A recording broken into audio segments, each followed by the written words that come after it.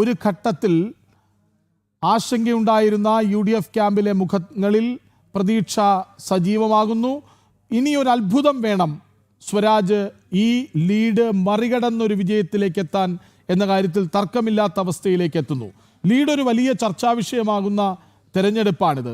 വലിയ ഭൂരിപക്ഷത്തിൽ ജയിക്കുമെന്ന പ്രതീക്ഷയായിരുന്നു ഷൗക്കത്തിൻ്റെ UDFിനുണ്ടായിരുന്നത്. പക്ഷേ ആദ്യ മിനിറ്റുകളിൽ, ആദ്യ ഒരു മണിക്കൂറിൽ കുറച്ചങ്കലാപ്പ് അവർക്കുണ്ടായിരുന്നു എന്നുള്ള കാര്യത്തിൽ ഒരു സംശയവും വേണ്ട.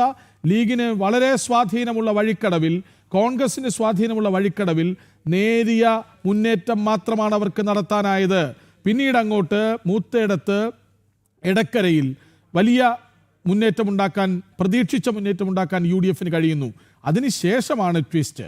അതായത് PV അൻവർ UDFിൻ്റെ വോട്ടുകൾ ചോർത്തി എന്ന സംശയം, ലീഗ് വോട്ടുകൾ ചോർന്നു എന്ന സംശയം, അതൊക്കെ സജീവമായി നിൽക്കുന്ന സമയത്ത് PV അൻവർ വോട്ട് പിടിച്ചത് എത്രമാത്രം പ്രതിസന്ധിയാകുമെന്ന് ആലോചിച്ചുകൊണ്ടേയിരുന്ന സമയത്താണ് വരാനിരിക്കുന്നത് LDF സ്വാധീനമുള്ള പ്രദേശങ്ങളാണ്, പഞ്ചായത്തുകളാണ്. അവിടെ മുന്നേറ്റമുണ്ടാക്കാൻ സ്വരാജിന് കഴിഞ്ഞാൽ ഒരുപക്ഷെ കഴിഞ്ഞ തവണത്തേതുപോലെ 15ാം റൗണ്ട് വരെ പിന്നിലായിരുന്ന PV അൻവർ ശക്തമായ കുതിപ്പിലൂടെ മുന്നേറി വിജയിച്ചത് ആവർത്തിക്കുമോ എന്ന ചോദ്യം ഉണ്ടായിരുന്നു. പക്ഷേ LDFിൻ്റെ കേന്ദ്രങ്ങളിലും UDF വോട്ട് പിടിക്കുന്നു. അതാണ് ഇനി LDFിന് ക്ഷീണമുണ്ടാക്കാൻ പോകുന്നത്. കാരണം അവരുടെ വോട്ടുകൾ നിലനിർത്താൻ അവർക്കായില്ലെങ്കിൽ അതെന്തുകൊണ്ട്? ഭരണവിരുദ്ധ വികാരമോ, പിണറായിയോടുള്ള എതിർപ്പോ, മന്ത്രിമാർ ശോഭിക്കുന്നില്ലെന്ന കാരണമോ, ഈ ഭരണം പോരെന്ന പാർട്ടി അണികളുടെ വിലയിരുത്തലോ, അങ്ങനെ പല പല പല ചോദ്യങ്ങൾ LDFിന് മേലുയരുന്ന ഒരു സമയമാണ് ഇപ്പോൾ കടന്നു പോകുന്നത്. ആദ്യം UDFിനായിരുന്നു ആ പ്രതിസന്ധി.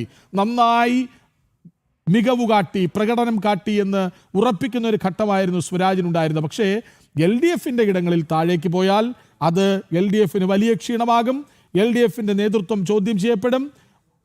പല പ്രതിഷേധങ്ങൾ ഉള്ളിൽ ഉറപ്പായും ഉയർന്നു കേൾക്കും എന്ന കാര്യത്തിൽ തർക്കം വേണ്ട. പക്ഷേ ഇപ്പോൾ ആര്യാടൻ ഷൗക്കത്ത് സേഫ്, കൃത്യമായി പറയാം വളരെ സേഫാണ്. 7000-ഓളം വോട്ടിന് 7216 വോട്ട് എന്നാണ് മനസ്സിലാക്കുന്നത്.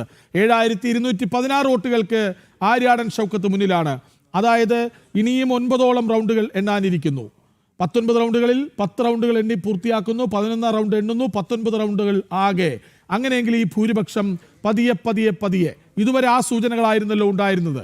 അതായത് 26 വോട്ടിൻ്റെ ലീഡ് എന്നായിരുന്നു ആദ്യം വന്ന വാർത്ത. പോസ്റ്റൽ വോട്ടുകൾ എണ്ണുമ്പോൾ അത് 148ആയി, 179ആയി, പതിയെ പതിയെ പതിയെ ഇപ്പോഴും ഒരു തവണ പോലും താഴേക്ക് പോകാതെ ഷൗക്കത്ത് മുന്നിലേക്ക് വരുന്നുണ്ട്. അത് 7000-ന് മേലെ എത്തി നിൽക്കുന്നു. അതങ്ങനെ കൂടി ഇനി 9 റൗണ്ടുകൾ എണ്ണാനിരിക്കുന്ന ഘട്ടത്തിൽ 10,000 കടക്കുമോ, 12,000 കടക്കുമോ, 15,000 കടക്കുമോ? അങ്ങനെ ഓരോ വോട്ടുകൾ കൂടുന്തോറും UDFിനുണ്ടാക്കുന്ന ആത്മവിശ്വാസം ചെറുതല്ല. അൻവർ ഉണ്ടാക്കിയ ഇമ്പാക്റ്റ് ചർച്ച ചെയ്യപ്പെടും. LDFിന് ആകെ ഒരു ക്ഷീണവുമായി മാറും. കാരണം അൻവർ LDFിൽ നിന്നാണ് അടർന്നു മാറി മത്സരിച്ചത് എങ്കിൽ പോലും UDF വോട്ടുകൾ ചോർത്തും എന്നായിരുന്നല്ലോ വിലയിരുത്തലുകൾ. അങ്ങനെയെങ്കിൽ അതുണ്ടാക്കിയ മാറ്റം എന്താണ്? സാനു ഒപ്പം ചേരുന്നുണ്ട്. സാനു, ഇനി നമുക്ക് ജമാഅത്തെ ഇസ്ലാമിയിലേക്കും PDPയിലേക്കും ഒക്കെ ഒന്ന് പോണം. കാരണം ന്യൂനപക്ഷ പ്രീണനത്തിനു വേണ്ടി തീവ്ര സംഘടനകളെപ്പോലും ചേർത്തു പിടിക്കാൻ തയ്യാറായവരാണ് UDFും LDFും. അത് സ്വാധീനിച്ചോ വോട്ടർമാർക്കിടയിൽ? അതിൻ്റെ പ്രതിഫലനമാണോ ഷൗക്കത്തിൻ്റെ ഈ ലീഡ്? കൃഷ്ണരാജ് വലിയൊരു മുന്നേറ്റം ഉണ്ടാക്കുമെന്ന് പ്രതീക്ഷിച്ച മേഖലയിൽ നന്നേ വിയർത്താണ് UDF കയറിയത്. നമ്മൾ പറഞ്ഞ പോലെ തന്നെ വഴിക്കടവിലടക്കം, ആദ്യമെണ്ണിയ വഴിക്കടവിലടക്കം നന്നേ അങ്കലാപ്പിലായ UDF നേതൃത്വം പിന്നീട് എണ്ണിയ പ്രദേശങ്ങളിൽ മൊത്തയിടത്തും എടക്കരയിലും ഒക്കെയാണ് അവർ ആ ഒരു ലീഡ് തിരിച്ചു പിടിക്കുന്ന ഒരു സാഹചര്യം ഉണ്ടായത്. അതേപോലെ തന്നെ വലിയ മുന്നേറ്റം, അതായത് LDF വലിയ മുന്നേറ്റം നടത്തുമെന്ന് വിചാരിച്ചിരുന്ന പോത്തുകല്ലിൽ അവർ വലിയ രീതിയിൽ വിയർത്തു, വലിയ രീതിയിൽ ബുദ്ധിമുട്ടുണ്ടായി. അവര് വലിയ രീതിയിൽ പിന്നോക്കം പോയൊരു സാഹചര്യമാണ് നിലവിലുള്ളത്. എന്തായാലും ഈ ഒരു അൻവറിന്റെ അൻവറിന്റെ ഒരു ആ ഒരു സാന്നിധ്യം അവരെ ശരിക്കും കുലുക്കി.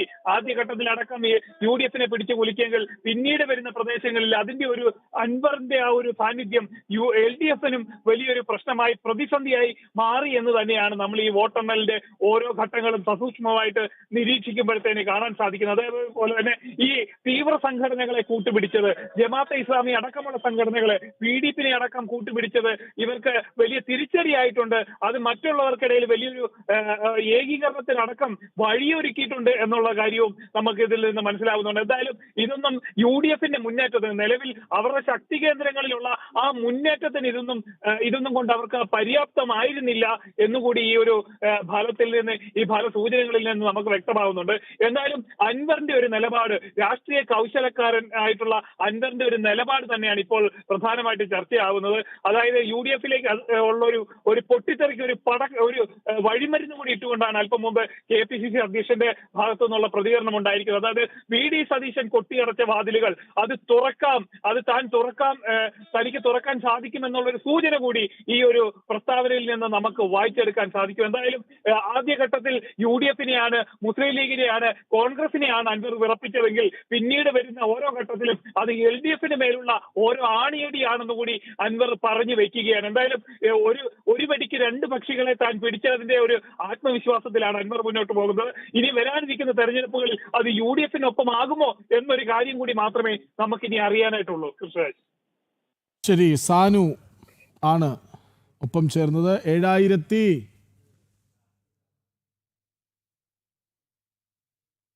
7,000-ലേറെ വോട്ടുകൾക്ക് ആര്യാടൻ ഷൗക്കത്ത് അവിടെ മുന്നിലാണ്. 44,293 UDF, 37,077 വോട്ടുകൾ LDF. അവിടെ PV അൻവർ 12,764 വോട്ട്. ഒരുപക്ഷെ 15,000-ന് മേലെയൊക്കെ അൻവറിന്റെ വോട്ട് പോകുമായിരിക്കും എന്ന് പ്രതീക്ഷിക്കേണ്ട